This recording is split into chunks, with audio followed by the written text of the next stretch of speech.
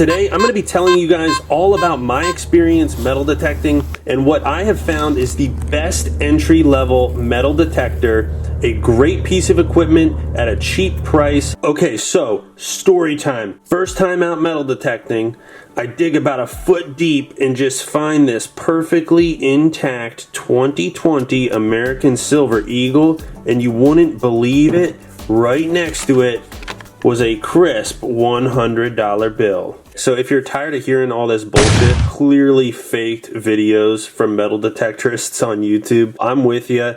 This is the reality of what you're most likely to find. You know, I got some really damaged, terrible looking clad coins. I have a movie theater token from like 30 years ago. I've got an old survey marker here. Hell, I even have a old dog leash right here.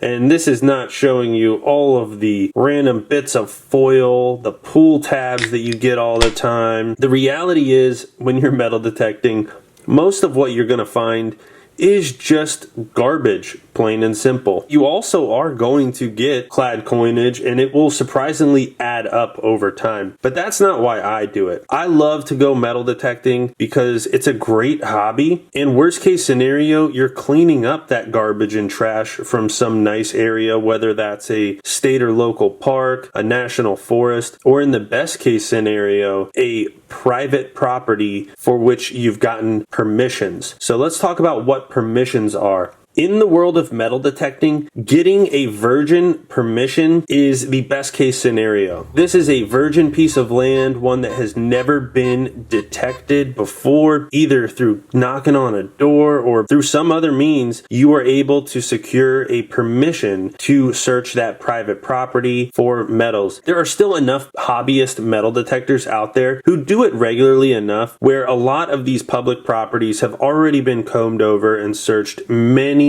times. That being said, it's still entirely possible that with your particular machine, with your path that day, or maybe with a bunch of people running around and dropping coins since the last time it's been detected, there's still a pretty solid chance that you are going to come up with something pretty cool. And that's what makes metal detecting so fun. It's kind of like coin roll hunting, but even more physical. It's an Easter egg hunt for adults. Your success metal detecting, or more specifically, what defines success for you metal detecting, can really depend on where you are geographically. If you're on the west coast of the United States, the odds that you're finding something that is 300 years old and made of metal are slim to none. You know, the natives were not working with metal, but if you're on the east coast of the United States, now you can start to push your timeline back a couple hundred years. But imagine if you are in Europe. Now we're talking thousands of years of potential historical artifacts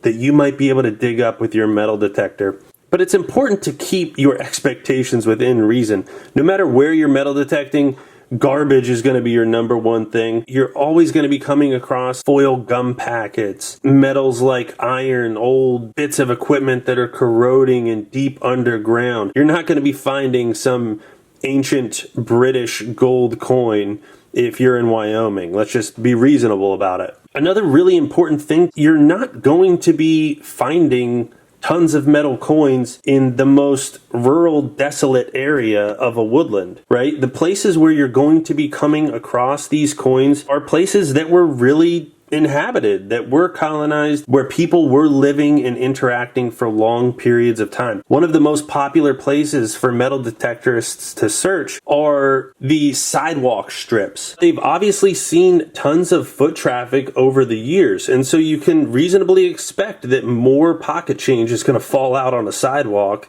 than out on the middle of a trail in the middle of nowhere. This silver spoon, for instance, where do you think you'd be most likely to find a silver spoon? Is it out in the middle of the woods? Or is it more likely to happen maybe in a park where people were having picnics?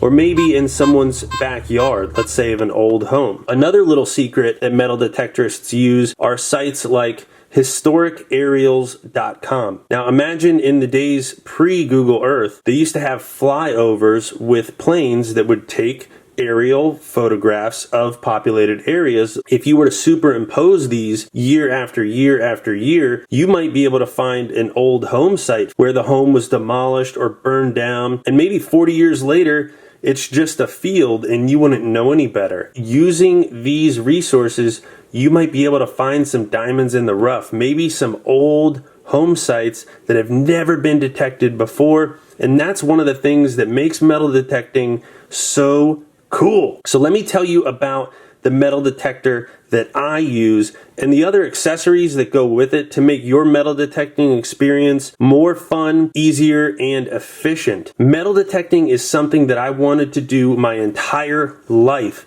And now that I've gotten into it, I can say I wish I would have started way sooner. Be sure to check all of your local laws and regulations. What you will find, everybody is going to regulate metal detecting differently. Now, in a lot of cases, you will be permitted to go metal detecting, but you'll first need to, let's say, fill out a form or let a park ranger know, something like that. Also, if you happen to come across a major historical artifact, those discoveries might be regulated a little bit differently. So try to familiarize yourselves with the laws in your area. One of the best things that you can do is reach out to your local clubs. Every area has a metal detecting club, and a lot of them will actually have a formal liaison between the metal detecting community and government officials that are in charge of discoveries like that. A lot of places will even have a metal detecting hobby shop, so make sure you stop in there and check it out. But if you just want to buy a really effective, high quality metal detector at a great price, check out the description link below. I did months of research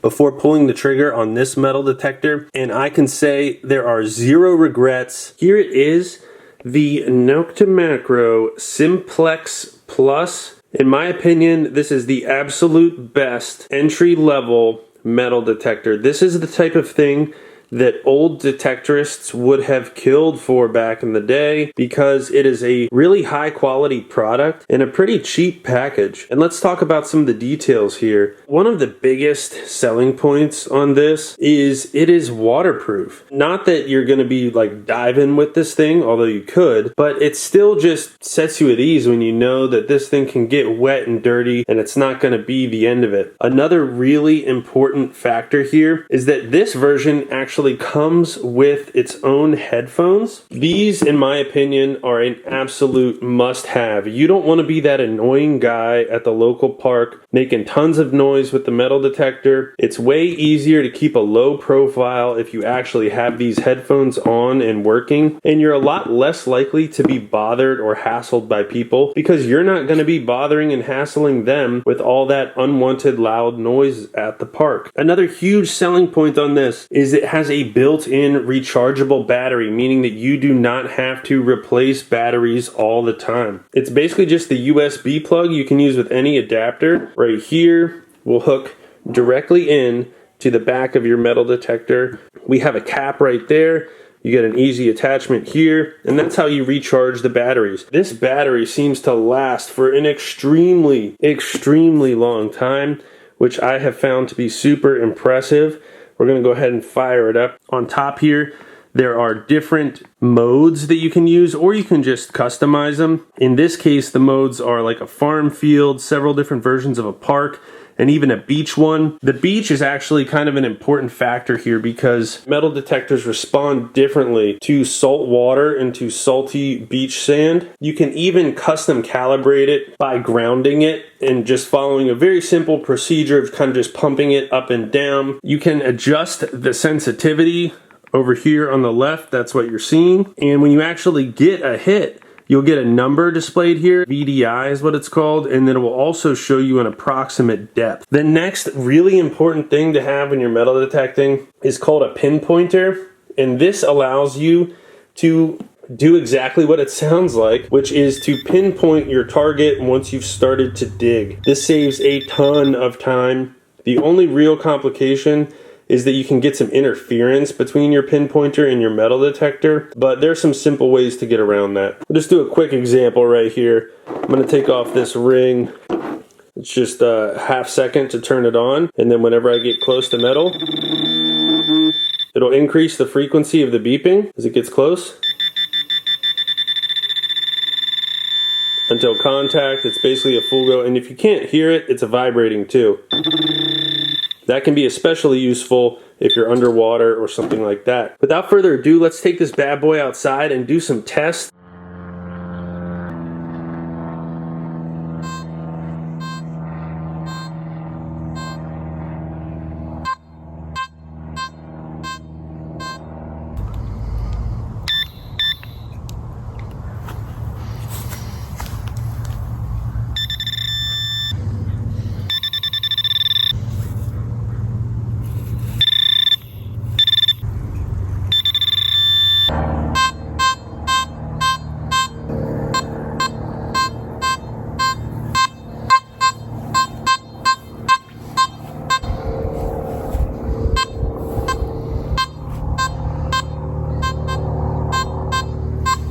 Okay folks, that's it for the day. If you want to get to metal detecting, well then make sure you hit that link below and buy your very own. Silver Forever, out.